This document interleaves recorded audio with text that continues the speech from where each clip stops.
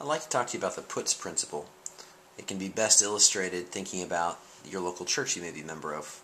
Willow Creek, a number of years ago, released something called the Reveal Survey and Study, where they looked at the relationship between church activities and spiritual growth. And one of the diagrams they used, I think, is helpful to think about this principle. And it was this: if the role of the church is to see people become more Christ-like, right? The church is meant to be the equipping of saints to do the work of ministry and to be spurring each other on in good works.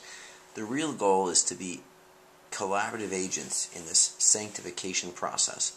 Now, we do that. We gather together in this place called church, and we do things, right? We have activities. We do groups and classes and worship and retreats and seminars and VBSs and outreaches and so on and so forth. And these things we do that are meant to be facilitators of this pursuit are easy to quantify. We can look at how many people did X and how many times did you attend this and what's the percentage of people who have completed this course, and so we have these metrics. But it asks the question, these are participation and activity metrics.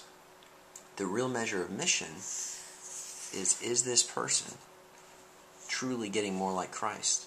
And yet the puts principle is where we mistake inputs for outputs, where we go back and say we're successful because we put everything into it that we intended, when oftentimes that can be a false positive if we don't have output measurements that are separate from the inputs. So if our goal is to see more Christ-likeness, we don't justify or say we've been successful because we had participation. We stop and we say, well, what are the gauges of Christ-likeness, and are those things changing? Well, whether that's your business, or whether it's your department, or whether it's a nonprofit, or whether it's a community initiative, or whether it's your family, or whether it's the church, do you have a clear distinction between your activity measures that are intended to result in outputs to mission versus true measurements of that mission? Do not confuse the two.